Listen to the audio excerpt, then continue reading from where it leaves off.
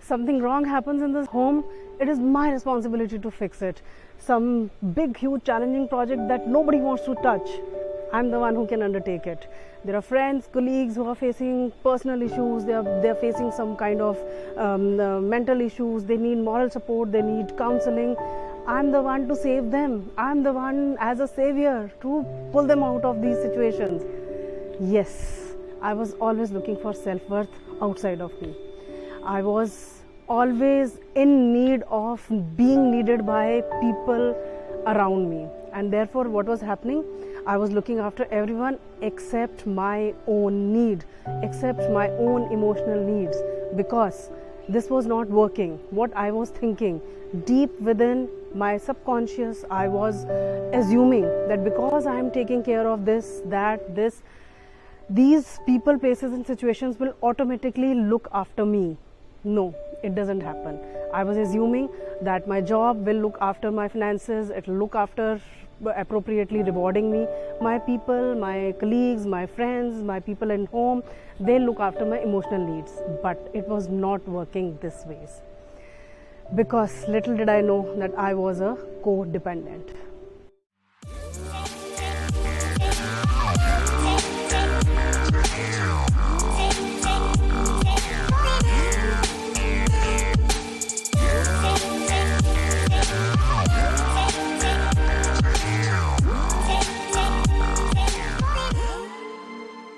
Hi, Namaste. This is Dr. Meenu taking you deeper into the childhood trauma, how to heal it and walk lighter on this planet during your journey.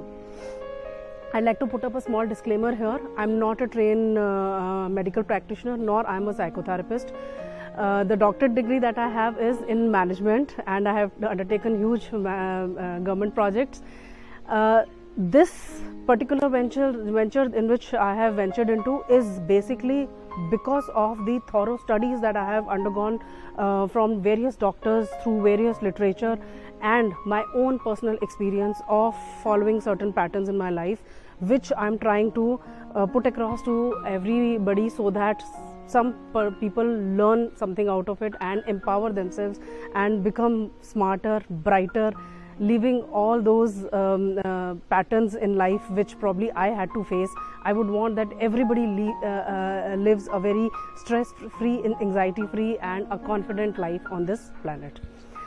So, what is healthy dependency? Healthy dependency is something wherein there is equal give and take, there is mutual respect, there is encouragement, there is love, there is, in short, there is a balance of energies.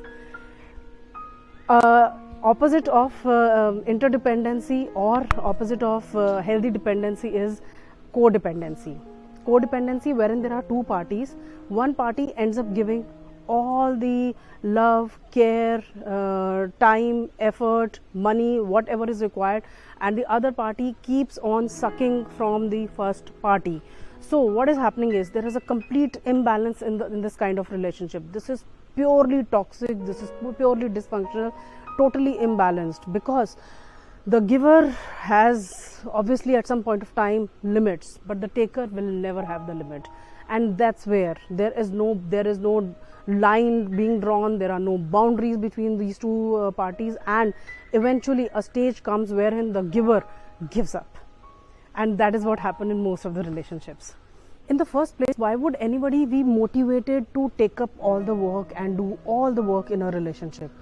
That's where the wrong childhood programming or the so-called inner child trauma plays an important role. What happens is, if a person as a child felt neglected, his caregivers were emotionally unavailable, he was abandoned, he was made as if his feelings are not important, his emotions are not important. He was made to step into the role of an adult by taking care of his own siblings, by taking care of his own parents, by taking care of his home, because of whatever pressing circumstances that were prevailing at that point of time.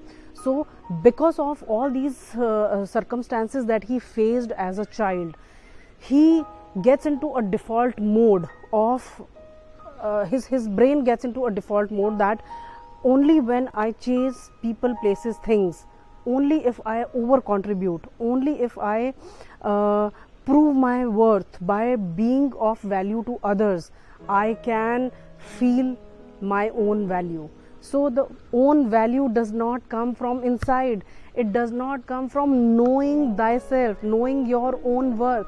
It comes from what am I contributing to the other parties? What am I doing for my jobs? What am I doing in my home? So the person gets into that kind of childhood programming where only if I am able to conditionally do something for others, I'll be rewarded. And that too, the person is mentally prepared that it may not come in equal give and take form. So even if there are small breadcrumbs which are served to me, I think this is what I deserve. This is the kind of thinking codependents operate with. For them it is probably this is what I deserve. I do not deserve love. I do not deserve good things in my life, because the childhood programming has made him feel like that. So much so that in some cases, even if they find their partners cheating, they would just find excuses to explain their behavior. They would find justifications to explain the cheating behavior of their partners. They would outside to the outsiders, they would try to give an excuse as to how the partner is better in so many other aspects, and only once or twice or thrice they have found them cheating. Otherwise, in lot many aspects, they are good. That is the kind of thinking they develop. Why? They do not want to confront any situation. Confrontation is very, very uncomfortable for them. They try to avoid the issues because deep within they already know the answer. They already know the answer that it's going to be no. I'm not. You see, on one hand, they're trying to help out everybody around them. They're trying to over contribute. But if it comes to seeking help from others, they're already convinced in their mind that I'm not going to get any help because I don't deserve it. I don't deserve any kind of help. Many of you who are watching it right now may not believe with what I'm saying. It is only once you start very minutely analyzing your behavioral pattern that you come to this kind of conclusion. For me, it was extremely difficult in the initial stages to even accept that I could have any codependency issue, because I was like a very confident woman, helping my people, undertaking jobs, undertaking projects. And with so much of confidence, with so much of passion. I thought I was passionate. It was not a simple passion. It was over contributing to somehow fill my own needs, fill my own emotional needs, that I am being loved by people, that I am being appreciated by people, because I did not appreciate myself. I did not validate my own feelings. I did not approve my own self, my own emotions. I was looking for approval and validations from outside people. So such wrong childhood programming even makes these people operate in a manner wherein they feel shameful if they have to refuse a certain task in home. They feel guilty of not being able to undertake a project in the office. They fear saying no because of fear of losing their friends or their colleagues. So they end up taking all the burden on themselves. Eventually, this is what is the outcome. And so much so, in my case, there was a fear of intimacy also. Intimacy in the sense because the childhood programming was such that my parents never displayed love and affection in a physical form, as in, hugging, embracing us. So in my case, the faulty childhood programming made me feel very uncomfortable if even my own gender friends would hug me or sort of try to embrace me. That is the kind of wrong child. I don't blame my parents, because for them even their childhood programming was wrong. They could teach only what they had learned. You see, ideally when a child is verbally abused, is physically abused, or to the other extreme if he is sexually abused, it is very explicit. So it is very easy to blame the circumstances. What happens in case of emotional abuse like this, wherein there was a neglect, there was abandonment, there was some kind of visibility issue where the child was not, his emotions were not honored. In those cases, the child has not seen anything, what he's only observing something, and based on that observation he or she ends up blaming himself. Probably something is wrong with me, I'm overreacting to the situation, I really am not able to understand why it is happening. So it is a very complex thing in such cases where the child looks around for the support and help, but eventually looks within and says that there has to be some problem with me and not with the outside. And once these ideas, they are seeded deep within us, in our subconscious mind, it is very difficult to even acknowledge, identify or cure these ideas or get rid of these ideas.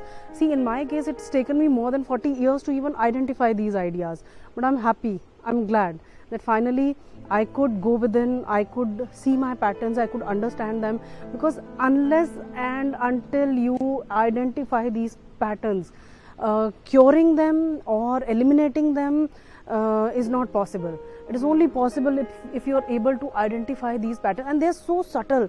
They're so subtle in most of the cases, because as I told you, for me it was always passion. I'm passionate about projects, I'm passionate about people, I'm passionate about my home, I'm passionate about things around me. It's not codependency.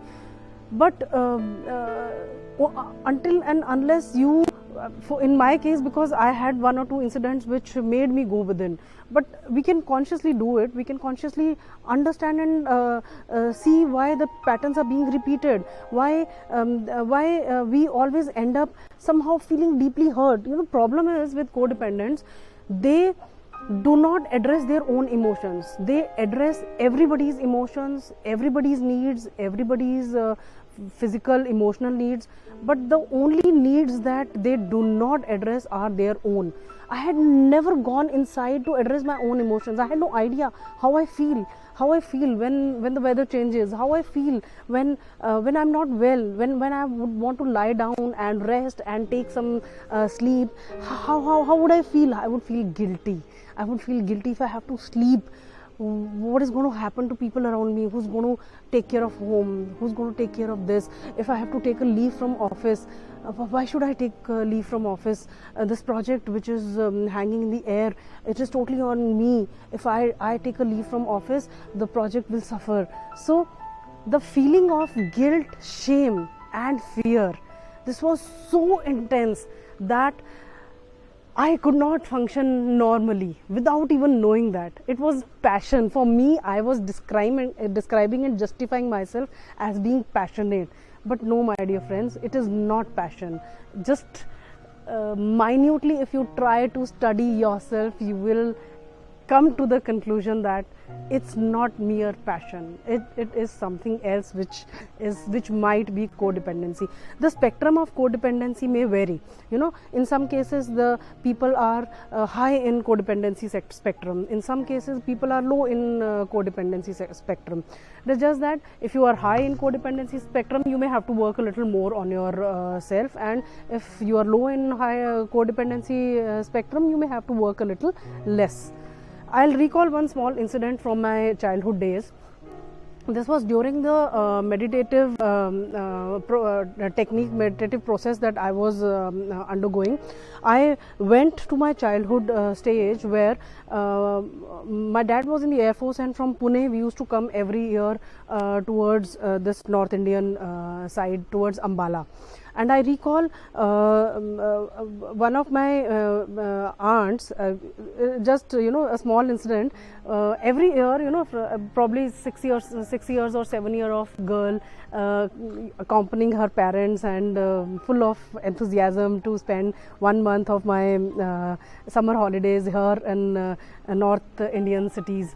So my maternal grandmother, she had a big huge home, and she would stay in on the ground floor, and one of my aunts, who was not very pally with my maternal grandmother, would stay on the first floor. So we would reach the hometown, and we would be served snacks and so much of love, affection. My maternal grandmother would be very happy and excited to see me, giving all the love and affection, and she would say, you stay here with us for 1 month. But then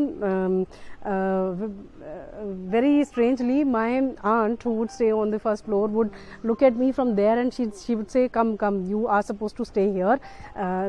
It was in such a commanding and affectionate manner that she would say, you are not supposed to stay there, you will stay with me because you're my daughter, you're not supposed to stay there. And I would feel I'm the chosen one. She's not asking my mother, she's not asking my father, she's not asking my brother, she's asking me to come and stay with her.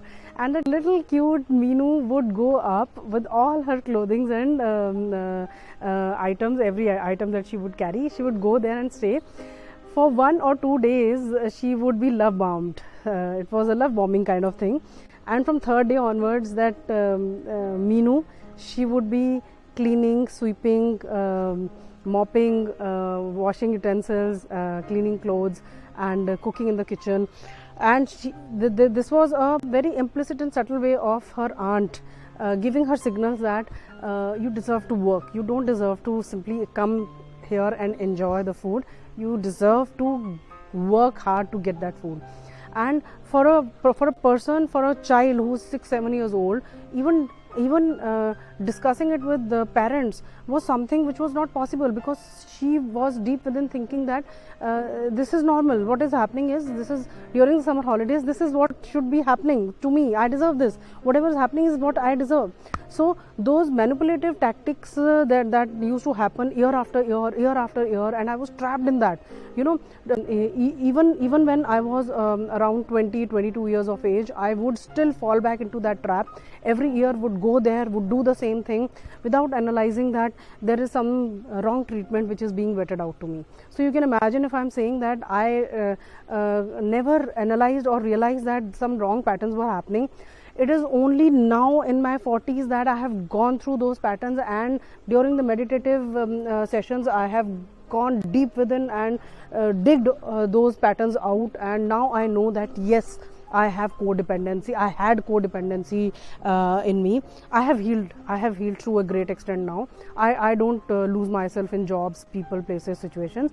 I maintain myself. I maintain my cool, calm. I give only when I'm sure that I can take also from the other party. I do not emotionally operate now. I do not look for self-worth outside of me. So that brings me to the point, what are the lies we have been telling ourselves? I'm sure I'm not alone here. We are not alone here. There's several people who have gone through some kind of similar incidents. What are the lies that we have been telling ourselves? That we are not enough, that we need to work hard to gain acceptance of people, that we need validation and approval from people around us, that we do not deserve love, that our emotions are not important, that people will abandon us if we do not come up to their expectations, that it is not good, that we should feel guilty and shameful and fearful of saying no or creating boundaries, and that people obviously would love us only if, as simple as that. I'm sorry, I'm fumbling. It's as simple as that.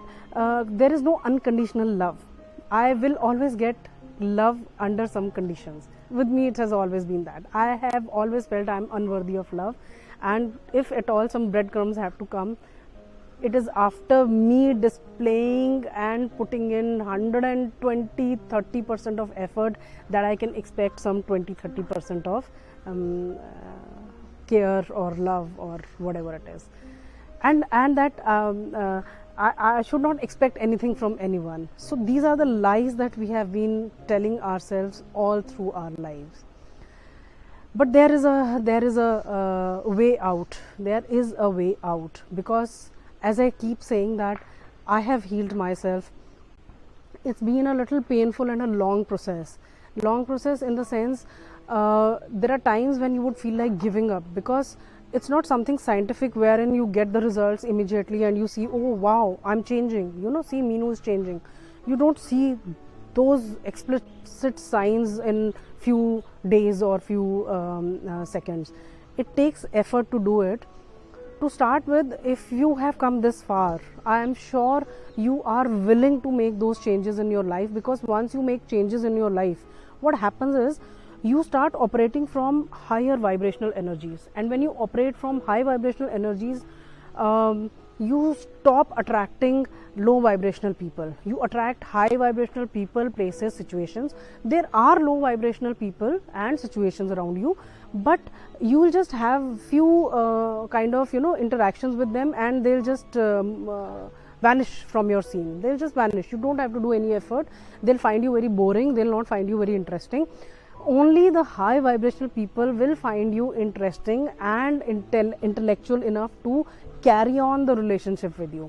So whether it is people, it is places, even jobs, situations, you end up attracting the best once you raise your vibration. And raising your vibration involves going within, tackling those, addressing those childhood wounds, and once and for all making that transformative change in your overall personality. So the process would start with identifying your patterns which define codependent traits.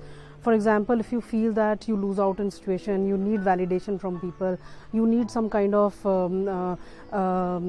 approval from people before undertaking, and you tend to overdo in situations, you tend to over contribute, you tend to feel shameful, guilty of saying no, and you find it difficult to create and set boundaries, then if you could resonate with any of these traits, then you are codependent. And if you identify those specific traits which define your codependency, that is half of the job done. Believe me, half of the job is done if you're able to identify the codependent traits that you carry. Second comes your meditation. It's helped me a lot, and I know that some of the people do not believe in if you scientifically look at something which has happened with me, how can meditation cure that? But I also probably 2 years back wouldn't have believed in the power of meditation, but today I absolutely believe that meditation works wonders in working within, in going within, in working from within. So once you sit for meditation, as I had already discussed in a previous video, take deep breaths, hold your breath, and give affirmation to the universe and to yourself. Affirmation as in, I'm beautiful, I'm worthy, I am deserving of love, my emotions are valid, my emotions are important, I honor my emotions, I can confidently say no, I am assertive, I set boundaries for people. These are just few of the affirmations that I have discussed. In case you really want to understand more of affirmations and proper meditative technique, and you want me to do that in the guided meditation, please write in the comment box. I'll be in a position to create a video with only meditative technique for codependency, with the affirmations that you have to give to the universe as well as to yourself. It works wonders. Now once the meditations are over, your meditation session, it should not stay limited to your meditative session. After the meditative session, follow what you have told to the universe, what you have affirmed to the universe. So once people try to step over you, consciously take decision to set boundaries, when to say no, how politely to say no. You have to set boundaries sooner or later. Apart from this, if you, after the meditation, if you stop working on what affirmations you have given, for example, self-love, if you can't love yourself after the meditation, it is not going to work. Start loving yourself. In my case, I lift weights for an hour. It makes me feel great. Because what I was doing through meditation was just the mental technique. I have to combine mind, body and soul, all of them. So I dance. So my dear friends, fall in love with yourself, fall in love with your own self, inside out. As I said, lifting weights has helped me, dancing has helped me, meeting my friends once in a while, high vibrational friends, high vibrational people, meet them, sit with them, have intellectual conversations, indulge into good talks that will make you feel so better, and never being a chaser in any relationship. You should not be chaser. You should be attracting positivity, you should be attracting positive situations, people, places. You should not be chasing anything in life. I have stopped chasing anything every time now. When I think of myself, I'm at a high vibrational level. I operate from a high vibration and I only attract abundance. I do not chase abundance. Abundance comes to me. And remember, if you do not transform yourself now, you will keep attracting narcissistic people. They are waiting for the fuel coming from codependents. Codependents are an excellent fuel for narcissistic people, because narcissistic people want power, control, authority, manipulation, and all empaths want is to give care, love, consideration, every the form of unconditional love. Unconditional love is a word which narcissists have no idea about. Do not fall into those patterns. Do not waste your time, energy in those jobs which do not fulfill your purpose, those relationships which do not serve you any purpose. Move up, upgrade yourself to the higher vibrational level and see the magic and the miracles happening in your life. We'll have more on codependency in some other video, because I could not cover everything here. We'll again meet on this. I'm sure something of this has helped you, but put in the comment box if anything else you want to know, if anything else we want to engage further in codependency. There's so much in codependency we can talk about. We have just limited time, so I have just taken up very little. We'll meet again on this. Thank you so much. Thank you for the wonderful session.